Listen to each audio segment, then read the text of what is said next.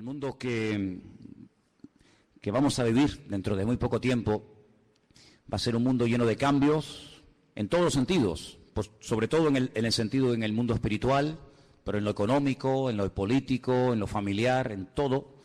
Y por eso les anunciaba el jueves que yo quería hoy hablar de algo que se ha estado comentando en estos días y que cada vez vamos a oír hablar más, y es del famoso nuevo orden mundial, ¿Cuál es la actitud del creyente? ¿Cuál es la actitud de un hijo de Dios ante todo esto? ¿Cómo podremos reconocer este tema del famoso nuevo orden mundial y todas estas cosas, ¿no?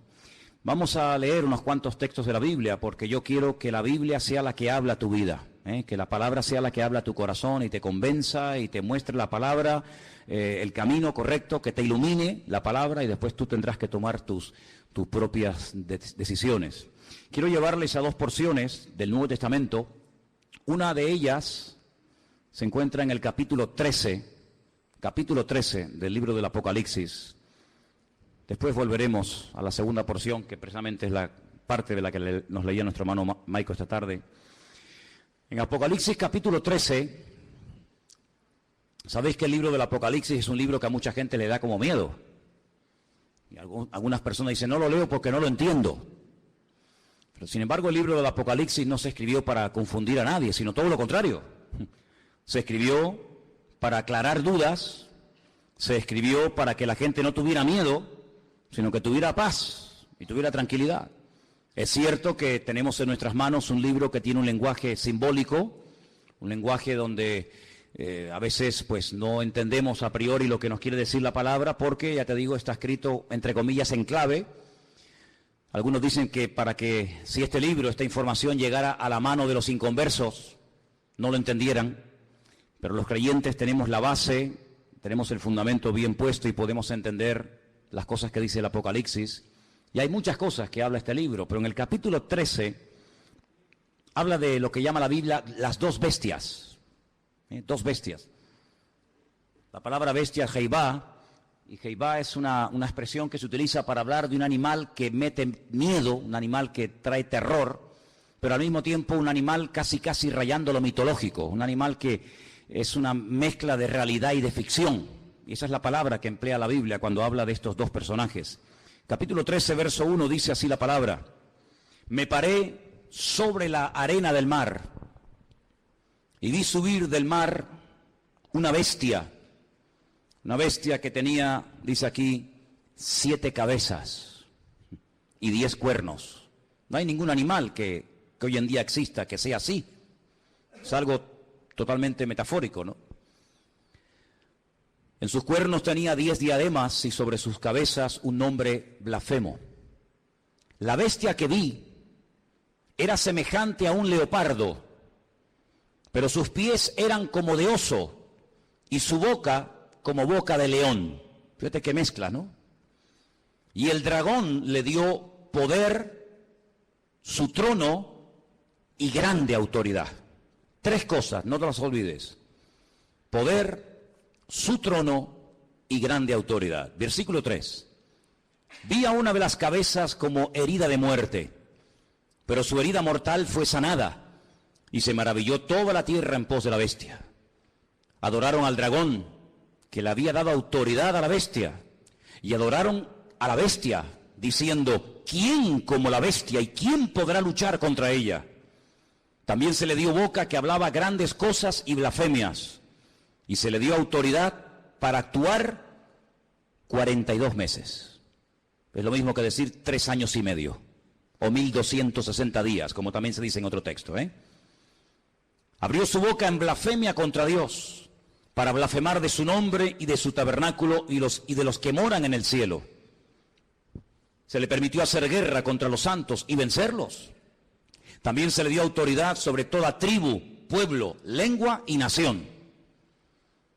Y le adoraron todos los moradores de la tierra cuyos nombres no están escritos en el libro de la vida del Cordero, que fue inmolado desde el principio del mundo.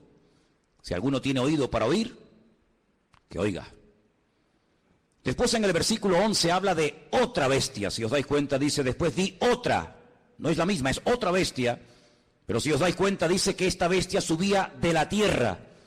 Sin embargo, en el capítulo 13, verso 1, dice que la primera bestia subía del mar. ¿Lo veis ahí? Vi subir del mar. El versículo 11 dice otra bestia que vi subir de la tierra. Son dos entidades completamente diferentes la una de la otra. A lo largo de la historia, la humanidad ha conocido muchos sistemas de gobierno. Ha conocido durante un tiempo, parte de la humanidad durante un tiempo conoció un sistema que ya prácticamente no existe, pero que se llamaba la teocracia. Era Dios, el creador, gobernando al pueblo y llevando la palabra a través de sus profetas. Y fue un periodo muy hermoso de la historia, donde Dios hacía las funciones de gobernante o de rey, su pueblo obedecía, y cuando Dios tenía que comunicarse o transmitir un mensaje al pueblo, como lo acabo de decir, lo transmitía a través de sus siervos los profetas. Después dice la Biblia que decidieron cambiar y dejar ese sistema y entraron en un sistema llamado monarquía. Y el rey moría y su hijo ocupaba el lugar, y en fin, todos sabemos que es otro sistema de gobierno. El mundo ha conocido la monarquía, la teocracia, el comunismo, el capitalismo, la democracia, gobiernos de derechas, gobiernos de centro, gobiernos de izquierda, gobiernos comunistas, gobiernos socialistas. En fin, hay cantidad de formas de llevar a este mundo, pues, por distintos caminos. Pero la Biblia nos habla de un nuevo orden, de un nuevo gobierno, que en cierto sentido tendrá un poco de todo lo que les acabo de comentar. Tendrá un poco de monarquía, un poco de comunismo, un poco de democracia, un poco de capitalismo. Será como una especie de mezcla, pero también es un sistema completamente nuevo. El hombre nunca ha visto ese sistema de gobierno que en los últimos tiempos se levantará, y se levantará del antiguo territorio que ocupó el Imperio Romano. Yo no sé cómo estáis de geografía y de historia, pero el antiguo Imperio Romano conquistó prácticamente todo el continente europeo, de punta a punta, todo el Magreb, todo lo que son las naciones del norte de África y parte de Oriente Medio, incluido Siria, Egipto, Palestina y otros países más. De ese antiguo territorio romano, un territorio enorme, la Biblia nos enseña que en los últimos tiempos se formará un nuevo orden mundial, se levantará un gobernante que no sabemos su nombre, pero sí tenemos muchísima información acerca de este personaje, que no es un personaje de la mitología, ni es una especie de engendro entre algo espiritual y algo físico, sino que será un hombre de carne y de hueso, con padre, con madre, con genealogía, con lugar de nacimiento, con pasaporte, etcétera, etcétera. Digo esto porque a veces Hollywood y algunas películas muestran al famoso anticristo como una especie de relación entre Satanás y una mujer, y nace ahí una cosa que no sabe si es un demonio o es un niño. Olvídense de eso. El anticristo, y dicho sea de paso, el único en la Biblia que llama a este personaje el anticristo es el apóstol Juan. Esa palabra no aparece en ninguna parte de la Biblia, sino solamente cuando Juan habla de este personaje. Anticristo, alguien que se opone a Cristo, alguien que ocupa el lugar de Cristo, porque el anticristo no será un ateo.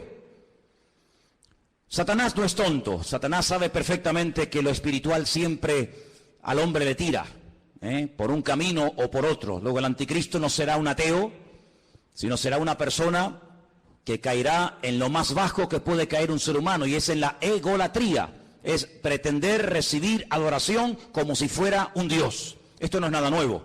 Ya en Egipto, en Roma y en otros imperios se ha visto como el hombre ha querido ser adorado. Y al faraón se le llamaba el hijo del dios Ra, el hijo del sol. Y en Roma sabemos que miles de personas fueron matados y fueron asesinados y fueron quemados porque querían recibir adoración y querían incluso que se les presentara sacrificios y flores y reconocimiento. Así que el anticristo será una persona que al principio, digamos que, entre comillas, respetará todos los cultos, todas las creencias, todas las religiones, todo vale, no pasa nada, pero vamos a ver cómo después la Biblia nos dice que pega un cambio, y vamos a ver cómo a lo espiritual le va a dar una importancia tremenda, porque el anticristo, que en el Antiguo Testamento se le llama God, G-O-G.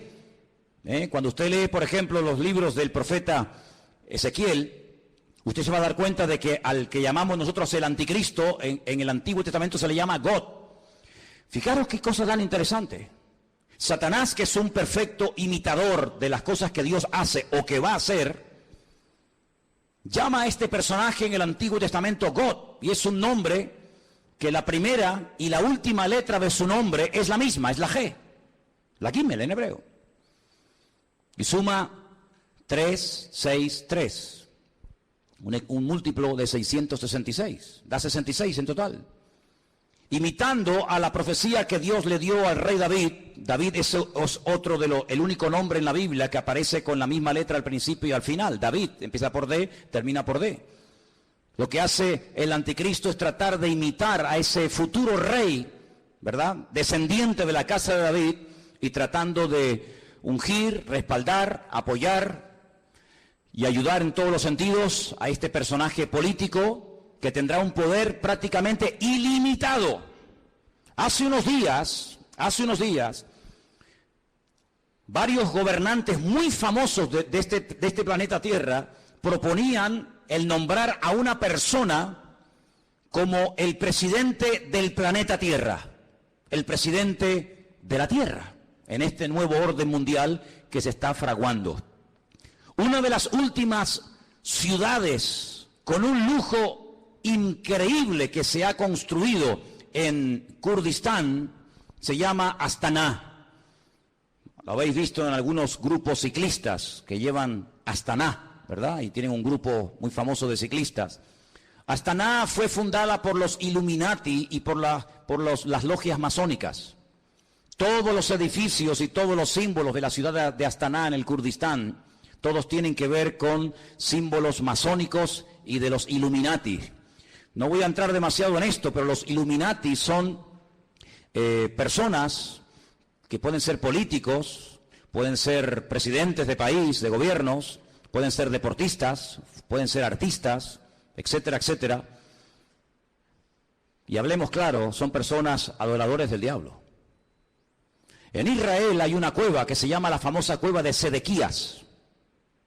Se llama la cueva de Sedequías porque cuando el rey Nabucodonosor sitió la ciudad de Jerusalén durante más de un año, el rey que en ese momento gobernaba Jerusalén se llamaba Sedequías y huyó por esa cueva, y dice que lo alcanzaron en la llanura del valle de Jericó, que está como unos 8 o 10 kilómetros de allí. Y allí lo encontraron, le sacaron los ojos y se lo llevaron cautivo a Babilonia, a Irak.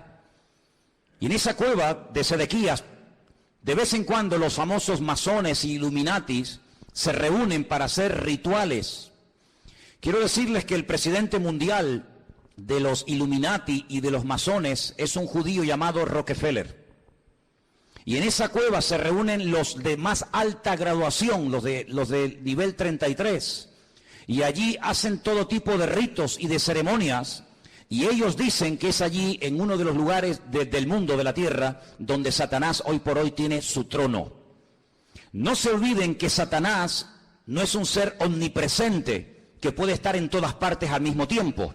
Satanás no puede estar en Madrid, en Estados Unidos, en Jerusalén, en Latinoamérica. Satanás es un ser que solamente puede estar en un sitio al mismo tiempo. Se mueve en el mundo espiritual, pero no tiene omnipresencia como es un atributo divino.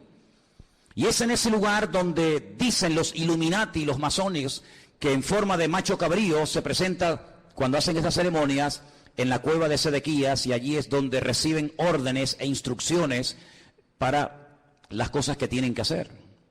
A algunos les puede sonar todo esto como a ciencia ficción, como a miedo, como a película, pero quiero decirles que el mundo espiritual, aunque no lo podemos ver con nuestros ojos de carne, es tan real como el mundo natural que constantemente estamos viendo. Date cuenta que, por ejemplo, ahora aquí dentro hay millones de voces en alemán, en arameo, en hebreo, en inglés, en chino, en japonés. Aquí dentro hay frecuencias, hay ondas, pero que no podemos ni verlas ni oírlas porque no tenemos un aparato de radio. Pero si tuviéramos un aparato de radio con una buena antena, seríamos capaces de escuchar programas que ahora mismo se están emitiendo desde Marruecos, desde Estados Unidos, desde cualquier parte de la tierra, simplemente que no tenemos un aparato que nos permite captar la señal de lo que aquí hay. Es como en la televisión.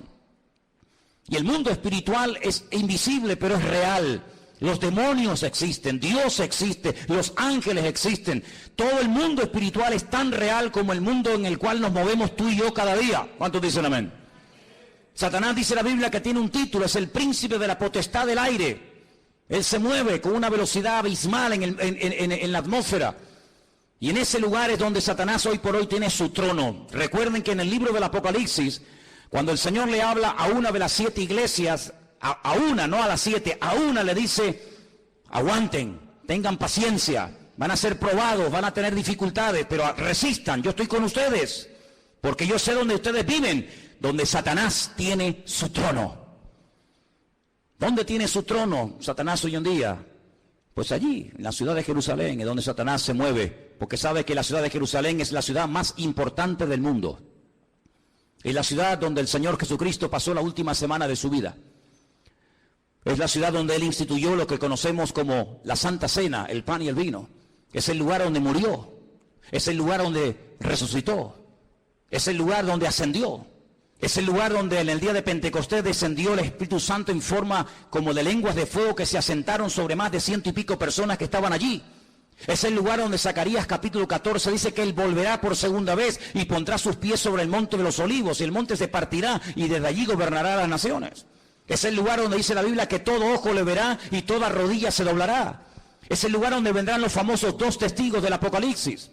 Es el lugar donde Dios tendrá su sede de gobierno. Es una ciudad mencionada en más de 3.500 ocasiones en la Biblia, en el Antiguo Testamento. Es una ciudad importantísima. Es un lugar donde se está orando permanentemente, de noche y de día, por esa ciudad, pero es un lugar también donde Satanás tiene puestos sus ojos, porque sabe lo que allí va a pasar y lo que allí ya está pasando. Así que el anticristo, no el falso profeta, sino el anticristo, el cuerno pequeño, como lo llama Daniel, el hombre de pecado, el hijo de desobediencia, el inicuo, esta persona cruel y despiadada, tendrá durante 3 años y medio un poder impresionante como no nos podemos ni imaginar. Esta es la última oportunidad que Satanás tiene para destruir a las naciones, para engañar al ser humano. Esta es la última oportunidad, la última bala en la recámara que le queda al diablo por hurtar, matar y destruir, dice la palabra de Dios. Así que se viene un sistema de gobierno que nunca en la vida el ser humano ha visto. Pero, como hemos leído, este hombre, este falso Cristo, este falso Mesías, el anticristo, dice la Biblia que hará alianza, escuchen bien, hará pacto y tendrá el respaldo económico y espiritual de un ente espiritual, por así decirlo, de un grupo religioso que la Biblia lo denomina la Gran Ramera o la Gran Babilonia. ¿Y quién es esta Gran Ramera? ¿Quién es la Gran Babilonia? Bueno, voy a leerles algunas cosas y ustedes lleguen a sus propias conclusiones. La Biblia dice en el libro del Apocalipsis, seguimos en Apocalipsis capítulo 17, que esta Gran Ramera, Babilonia, la madre de las rameras, que ha contaminado a toda la tierra. Versículo 1 dice: vi a uno de los 7 ángeles que tenía las 7 copas y habló conmigo y me dijo: ven acá y te mostraré la sentencia contra la gran ramera, la que está sentada sobre muchas aguas. La palabra aguas en el libro del Apocalipsis no se refiere a agua, sino que la interpretación de aguas la tienen ustedes. Hacemos un pequeño salto en el 17:15. Vean la interpretación. Las aguas que has visto donde la ramera se sienta, ¿qué es? Son pueblos, muchedumbres, naciones y lenguas. Esa es la interpretación de la palabra aguas. Entonces, vino a mí uno de los 7 ángeles que tenía las 7 copas y habló conmigo y me dijo: ven acá y te mostraré la sentencia contra la gran ramera, la que se ha sentado sobre pueblos, muchedumbres, naciones y lenguas. ¿Veis cómo lo podéis entender mejor? Versículo 2. Con la cual han fornicado los reyes de la tierra y los moradores de la tierra se han embriagado con el vino de su fornicación. Me llevó el Señor en el espíritu al desierto.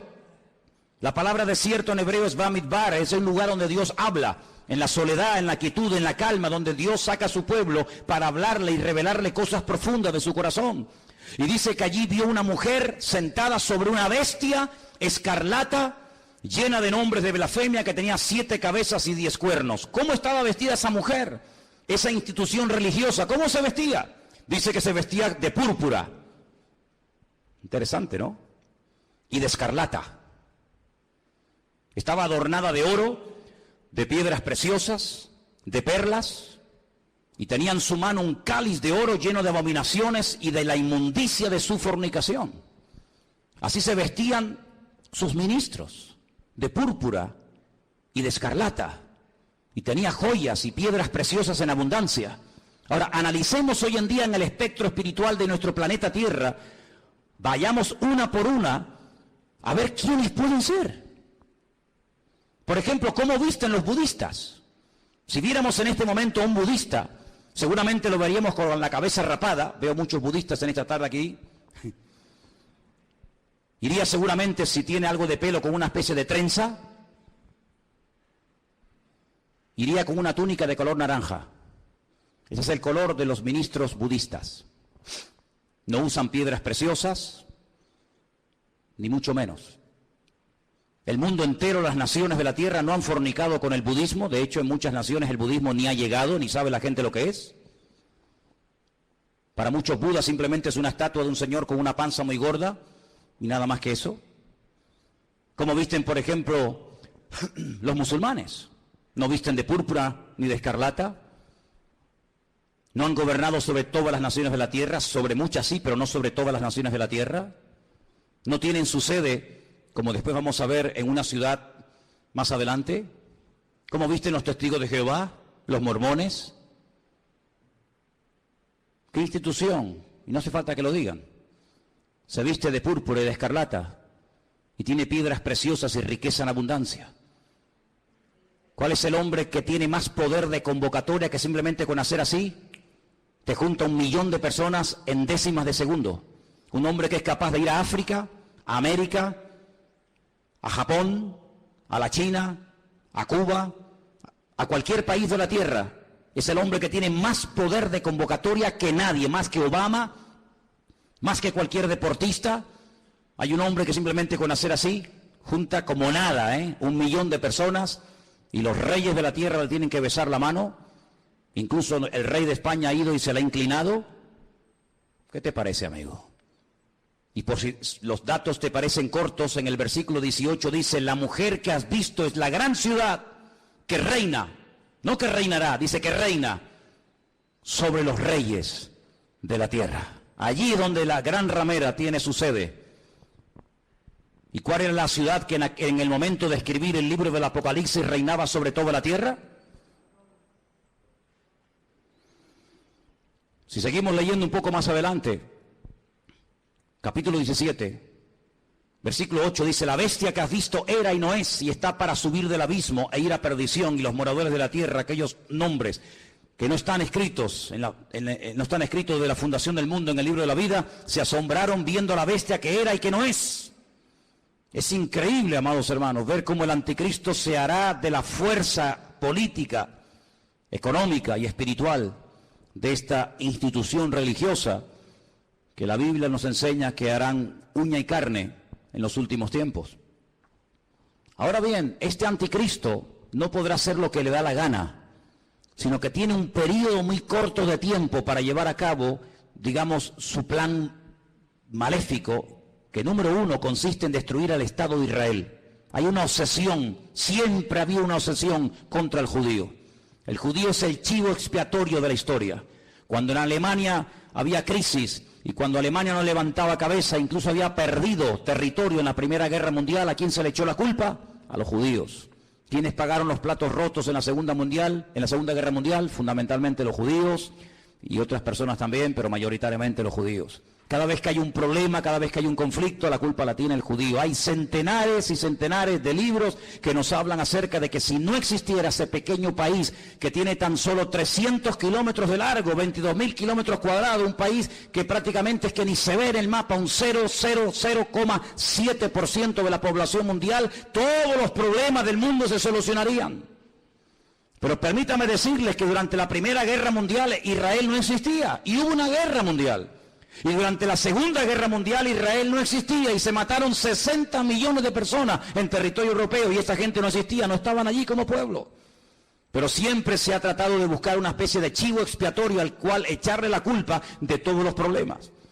Y hay muchos libros que dicen que si Israel no existiera, si ese país no existiera, si se arrasara completamente a esta gente, el mundo sería un mundo de paz, un mundo más equilibrado, un mundo donde no habría tantas guerras y rumores de guerras. Así que el primer objetivo de este personaje es ganarse la confianza del Estado de Israel. ¿Y cómo se ganará, según la Biblia, la confianza de los judíos para que durante un tiempo corto, pero al fin y al cabo un tiempo, lo apoyen? Pues muy fácilmente, permitiéndoles cumplir el sueño que todo judío tiene durante 2000 años. No lo han perdido jamás. Han estado de aquí para allá, los han matado, los han quemado, los han crucificado, les han hecho de todo, pero siempre han tenido una obsesión en la mente, y es poder volver a Jerusalén y poder volver a ver reconstruido el templo de Jerusalén. El templo de Jerusalén fue destruido en el año 70 por las tropas romanas, capitaneadas por Tito, el hijo de Vespasiano, y desde el año 70 de la era cristiana hasta hoy, allí no hay templo. Los romanos araron aquel lugar, le cambiaron el nombre a Jerusalén y le pusieron Aelia Capitolina, le cambiaron el nombre de Israel por Palestina, para que nunca más nadie se acordara que una vez hubo una ciudad en la historia de la humanidad llamada Jerusalén y un país llamado Israel. Pero todos sabemos que ese país ahí sí sigue existiendo. 7 guerras, ningún país moderno ha tenido que soportar 7 guerras, donde incluso ha tenido que pelear a veces hasta con 14 naciones a la vez. 14 naciones se han unido por tierra, por mar y por aire para destruir a esta gente, y en las 7 ocasiones no han podido hacerlo. Pero la Biblia nos enseña, y lo dice muy claramente en Ezequiel, en Daniel, en Zacarías, etcétera, que el enemigo intentará destruir a esta nación con armas nucleares. Y la palabra de Dios nos enseña que en un valle que está a las afueras de Jerusalén, llamado el Valle de Jezreel, o el Valle de Megido, se llevará a cabo una batalla tremenda que hasta la Biblia ya ha dado el nombre de dicha batalla, la famosa batalla de Armagedón. De hecho hay películas, ¿no?, que se llaman Armagedón. Y dice la Biblia que allí vendrán naciones de todas partes de la tierra. Atacarán por el norte, por el sur, por el este y por el oeste, por tierra, por mar y por aire. Y será un tiempo de angustia para Israel. La palabra de Dios nos enseña que más de 200 millones de soldados, escuchen bien, a Juan también le asombró, imagínate, nos asombra a nosotros escuchar esta cifra. Imagínate a Juan hace 2000 años en la isla de Patmos escribiendo el Apocalipsis. 200 millones de soldados se unirán con un solo objetivo: destruir al pueblo de Israel. ¿Y por qué tanta obsesión por destruir a Israel? Lo he dicho muchas veces y lo vuelvo a repetir, por una sencilla razón. Porque el Dios creador, el único Dios que existe, el Dios de Abraham, el Dios de Isaac y el Dios de Jacob, ha prometido bajo juramento, con su mano levantada, que Israel nunca será destruida, que Dios peleará por ese pueblo. A pesar de sus defectos, a pesar de su desobediencia, a pesar de su rebeldía, Dios defenderá a muerte a ese pueblo. El país, la nación, el imperio que sea capaz de destruir a Israel demostrará, número uno, o que Dios miente o que Dios no existe. Si Dios ha prometido defender a Israel a muerte y que nunca ninguna nación, ningún pueblo, ningún país, ninguna arma forjada se podrá nunca levantar contra esta gente y ser destruida, si alguien logra destruir a Israel, si alguien logra botarlos al mar como intentó Jordania hace años atrás, pues simplemente demostrará que lo que Dios prometió era mentira, o que tal vez Dios ni siquiera existe, el Dios de ellos. Por lo tanto, el enemigo está tratando de demostrar por todos los medios habidos y por haber que Dios miente. Ya lo hizo en el principio de los tiempos, en el libro del Génesis. Cuando se acerca a la primera mujer, le dice: ¿por qué no comes? ¿Por qué no desobedeces a Dios? Y la mujer dijo: porque Dios nos dijo que si pecamos y si desobedecemos la ley de Dios, vamos a morir. Y Satanás le dice: Dios te ha mentido, no es verdad, tú no vas a morir. Lo que pasa es que Dios sabe que si comes de este árbol, si desobedeces a Dios, le harás la competencia, le harás sombra y serás otro Dios. Y eso Dios no quiere que ocurra. Y la Biblia nos enseña que aquella persona le creyó a diablo, le creyó a Satanás y le creyó a la mentira. Y así como la verdad te hace libre, la mentira te esclaviza y te destruye. Por eso a lo largo de la historia, desde Caín hasta nuestros días, Satanás ha intentado destruir al pueblo de Israel, al Dios de Israel. ¿Por qué? porque Él quiere ser adorado y reconocido. Y el anticristo, este hombre, este líder político, exigirá que se le adore. Dice la Biblia que cuando el templo de Jerusalén sea reconstruido, y quiero decirles que he estado muchas veces en Israel, muchísimas veces, y cada vez que he ido he tenido la oportunidad y la bendición de poder ir al Museo del Templo, donde puedes ver absolutamente todo, salvo el arca del pacto. Ya está todo preparado, todo dispuesto, todo listo para que se reconstruya por tercera vez el famoso templo de Jerusalén, en el único lugar del mundo donde los judíos pueden construir un templo. Los judíos no son como los evangélicos que pueden construir iglesias en cualquier parte, o como los católicos que construyen catedrales en cualquier ciudad del mundo. El judío tiene la orden, la prohibición de no edificar ningún templo en ninguna parte de la tierra, salvo en el monte Moriah, donde miles de años atrás el patriarca Abraham subió a lo alto de esa montaña a sacrificar a su hijo.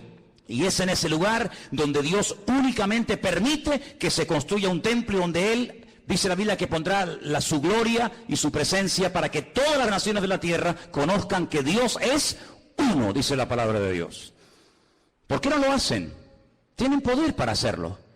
En 1967, en junio del 67, el 7 de junio del 67, la Biblia nos enseña, o la historia, perdón, nos enseña que las tropas de Israel entraron y conquistaron toda la ciudad de Jerusalén. No podían entrar en Jerusalén. Pero en el 67 tomaron toda la ciudad.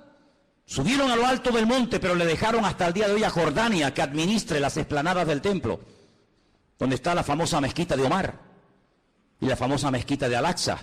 Pero es allí donde algún día, dice la palabra de Dios, que el templo será reconstruido. Y a los 3 años de ser edificado ese templo, nos dice en Tesalonicenses, justo a los 3 años, este personaje entra al lugar santísimo, lo profana, y entonces exige que todo el mundo le adore y le reconozca como el único Dios. Quiero leerles en 2 de Tesalonicenses capítulo 2, versículo 1, escuchen bien la lectura.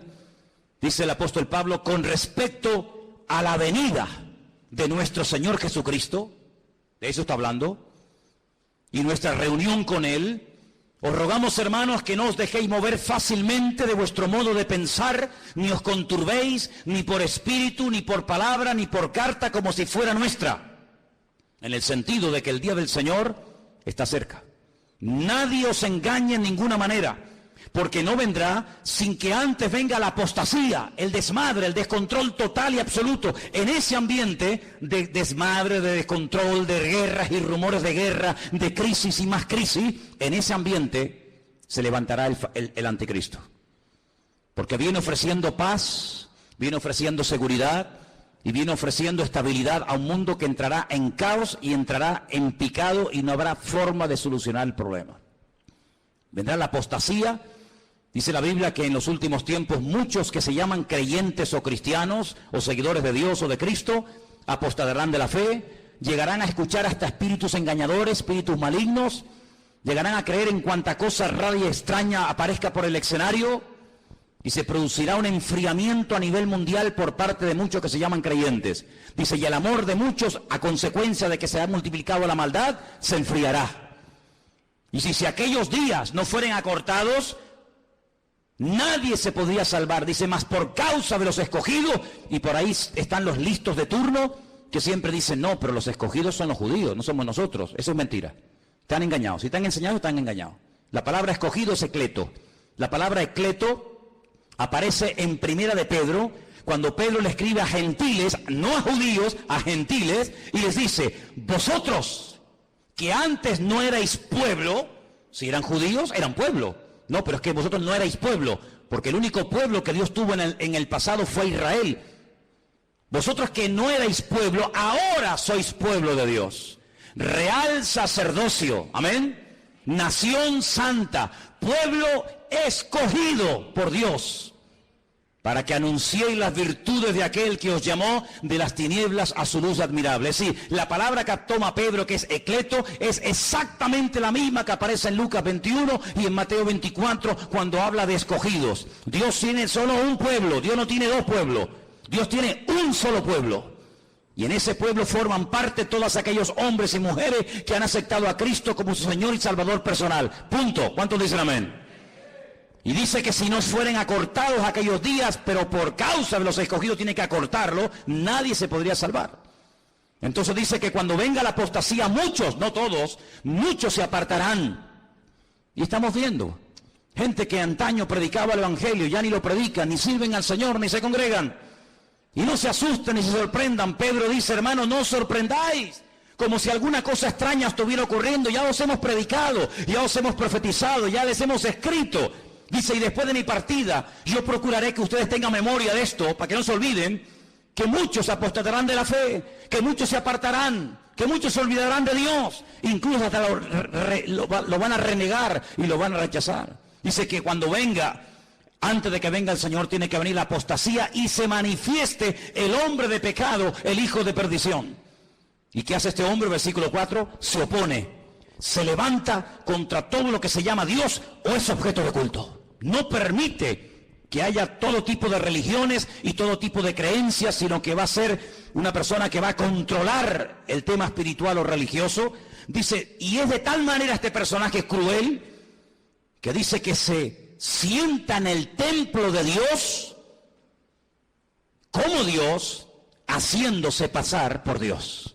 Y el único templo que Dios ha tenido y tendrá es el templo de Jerusalén. Por lo tanto, la Biblia nos habla clarísimamente acerca de que el templo de Jerusalén va a ser reconstruido otra vez. Sí, hermanos, otra vez va a ser reconstruido.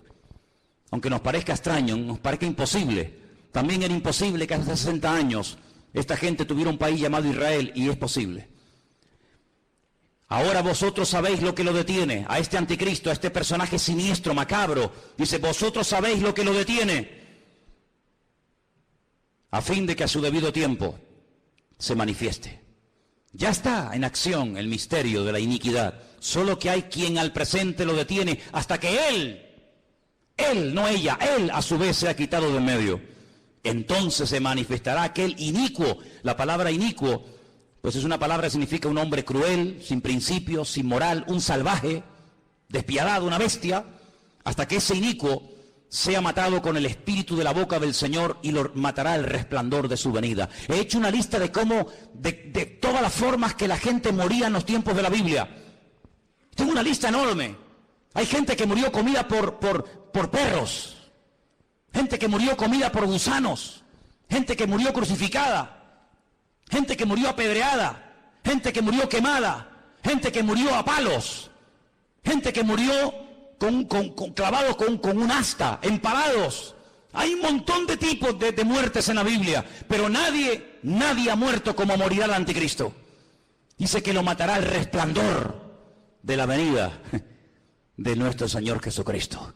Así como el resplandor de la gloria del Señor tiró al suelo al apóstol Pablo y se convirtió y sirvió al Señor con toda su alma y con todo su corazón hasta el último minuto de su vida, el anticristo morirá no de forma natural, sino morirá por el resplandor de la gloria y de la presencia del Señor. Y dice la Biblia hasta dónde va a ser enterrado. Por ejemplo, si quieren saberlo, en Ezequiel 39, del 11 al 14, lean en casa este texto, repito, Ezequiel 39, del 11 al 14, y dice que allí, en Israel, en un valle, Dios le tiene preparada sepultura al anticristo para que todos los que pasen por aquel lugar sepan que hasta aquí, amigo, hasta aquí te permitió el Señor llegar, y aquí tienes sepultura para que todo el mundo que pase sepan que hasta aquí llegó tu fuerza, llegó tu capacidad. ¿Qué te parece? Así que este personaje es un personaje político, que tendrá el apoyo de esta institución llamada, según la Biblia, la Gran Ramera o la Gran Babilonia, y durante 3 años y medio atormentará a las naciones, durante 3 años y medio tratará de llevar a las naciones al auténtico desastre y al auténtico caos, y hay muchos datos acerca de este personaje en la Biblia. Les voy a leer algunos, se van a quedar sorprendidos lo que la Biblia nos dice acerca de este hombre. Por ejemplo, en capítulo 7 de Daniel, miren lo que dice acerca de este personaje, Daniel 7. Los 10 cuernos significan que aquel reino se levantarán 10 reyes, después se levantará otro, el cual dice será diferente, totalmente diferente. Hablará palabras contra el Altísimo, fíjate, está obsesionado con Dios.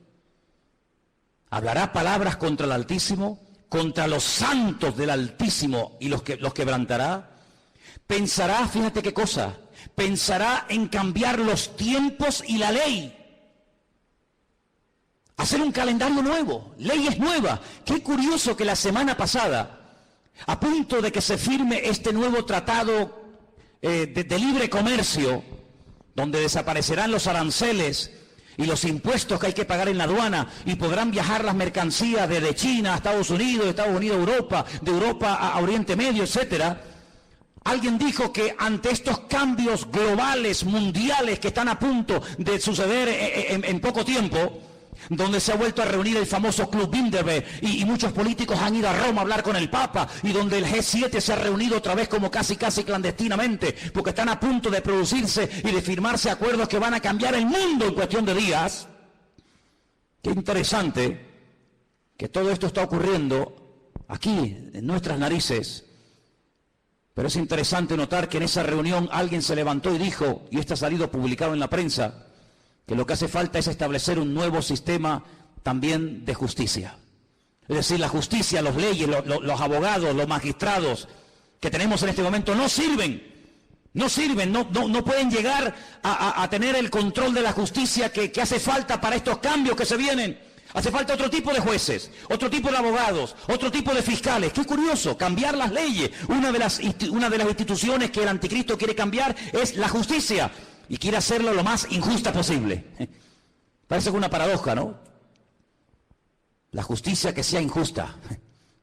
La ley del embudo, donde el que tiene cada vez tendrá más y donde el que no tiene cada vez tendrá menos.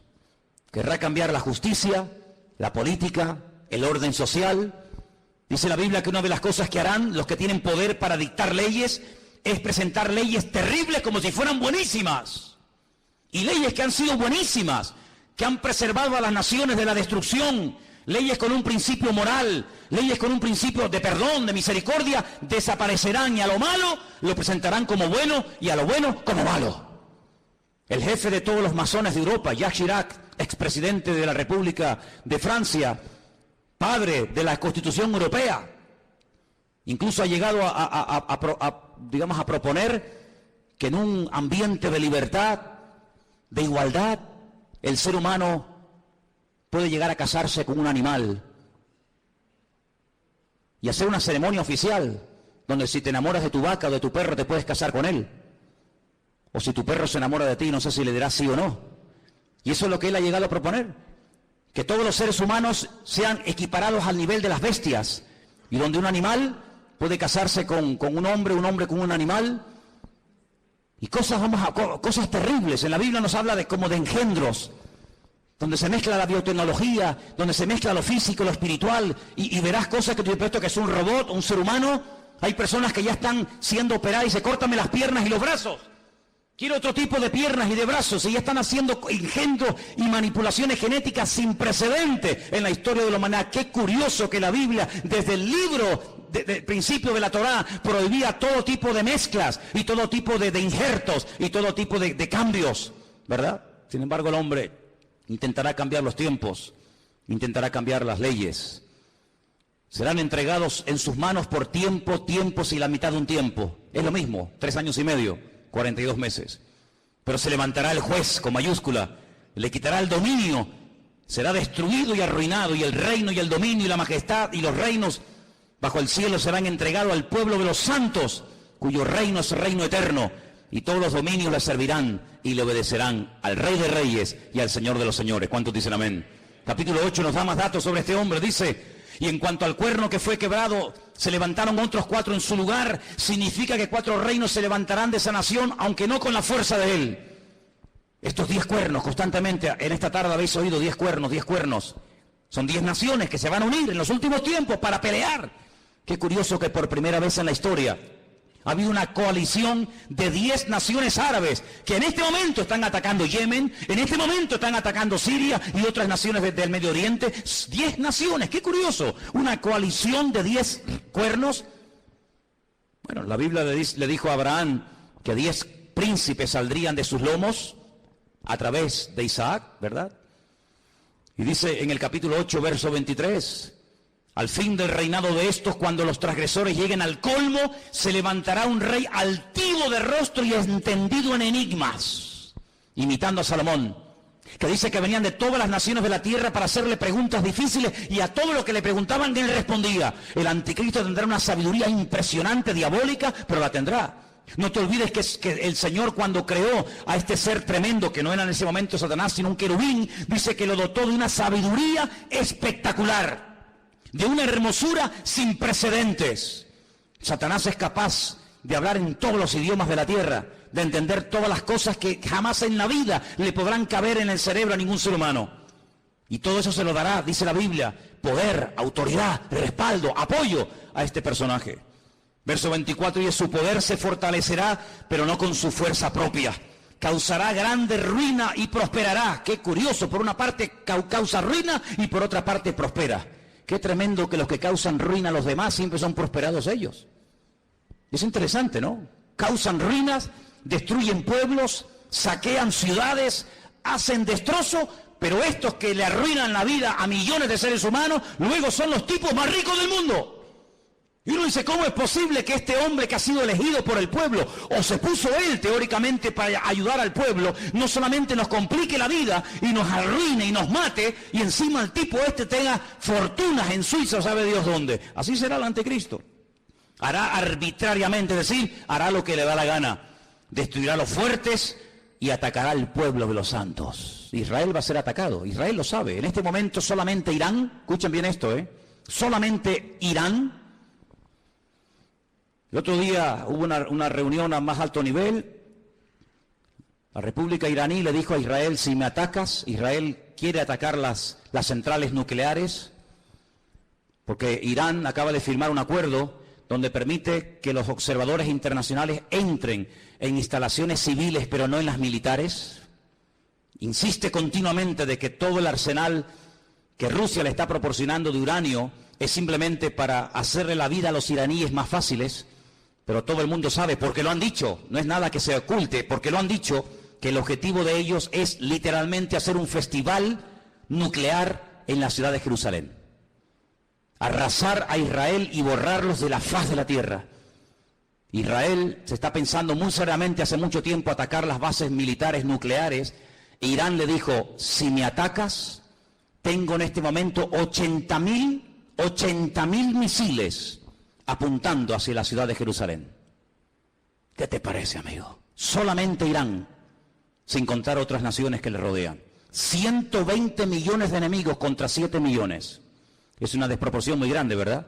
120 millones contra 7 millones. Con su sagacidad hará prosperar el engaño. Todo lo que estamos viendo de corrupción, de engaño, de ladrones y sinvergüenzas que han saqueado y robado lo que les ha dado la gana, que entran por una puerta y salen por la otra, todo esto es simplemente un pequeño botón de muestra, como preparándonos psicológica y mentalmente para lo que viene. Dice que este hombre, con sagacidad, con trampas, con triquiñuelas, con mentiras, hará prosperar el engaño, se engrandecerá en su corazón y sin previo aviso atacará y destruirá a muchos. Estoy leyendo la Biblia, no estoy leyendo nada raro, estoy leyendo la Biblia. Se levantará contra el príncipe de los príncipes, pero será quebrantado, aunque no por mano humana. Fijaros cómo el enemigo ha ido adaptando la estrategia según los tiempos. Caín, el primer asesino, se levanta y mata a su hermano Abel, pero no mató ni a su padre, ni a su madre, ni al otro hermano. Dejó a más gente viva que los que realmente mató, ¿sí o no? Qué curioso, Caín mató a uno, pero dejó vivo a más gente. Cuando pasa el tiempo, dice la Biblia que otra persona que también tiene el mismo espíritu de Caín, pero elevado a la máxima potencia, va más allá y dice, en vez de matar a uno, matemos a todos, pero solamente a los varones. Y deja a todas las mujeres vivas. Sabemos también que Moisés se salvó y etcétera. Pero fíjate, Caín mató a uno, pero dejó vivos a otros. Pero Faraón quería matar a todos los varones y la muerte iba en aumento.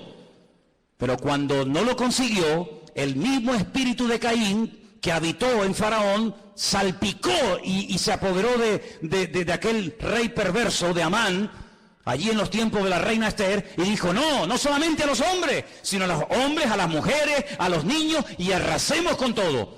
Es decir, que no ha ido a menos, sino que la maldad siempre ha ido a más, siempre ha ido a más. Por lo tanto, todo lo que hemos visto a lo largo de la historia son simplemente pequeñas pinceladas de lo que le espera a esta tierra.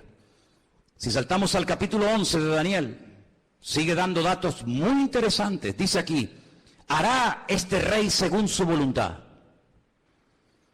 Se ensoberbecerá, se engrandecerá sobre todo Dios, y contra el Dios de los dioses hablará.